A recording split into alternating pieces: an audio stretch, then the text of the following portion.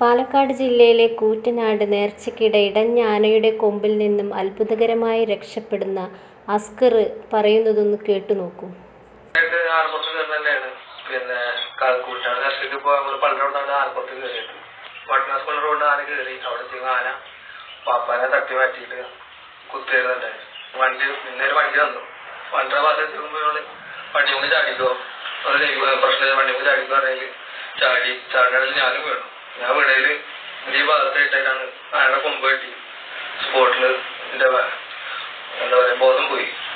അങ്ങനെ അവിടെ കിടന്നിരുന്നു. പിന്നെ എന്നെ ആന പോയിട്ടാണ് വലിച്ചു മാറ്റിയിട്ട് ഹോസ്പിറ്റലിൽ കൊണ്ടുവരണ്ടായി.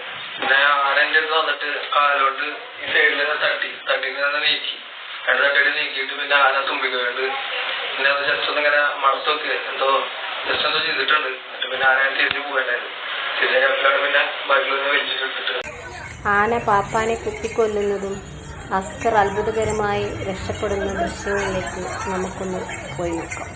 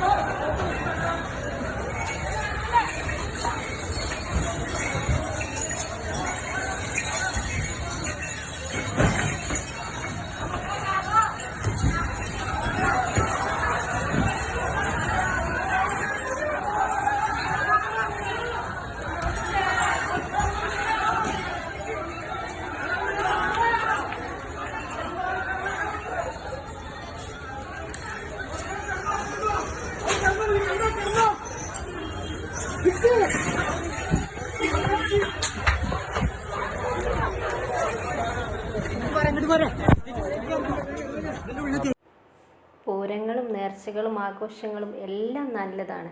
പക്ഷേ ആ മരിച്ച സഹോദരന് വലിയ കുടുംബങ്ങൾ. ആന ഇഷ്ടമില്ലാത്തവരാരും ഉണ്ടാവില്ല. ആ കുടുംബത്തിന് ക്ഷമ കൊടുക്കട്ടെ.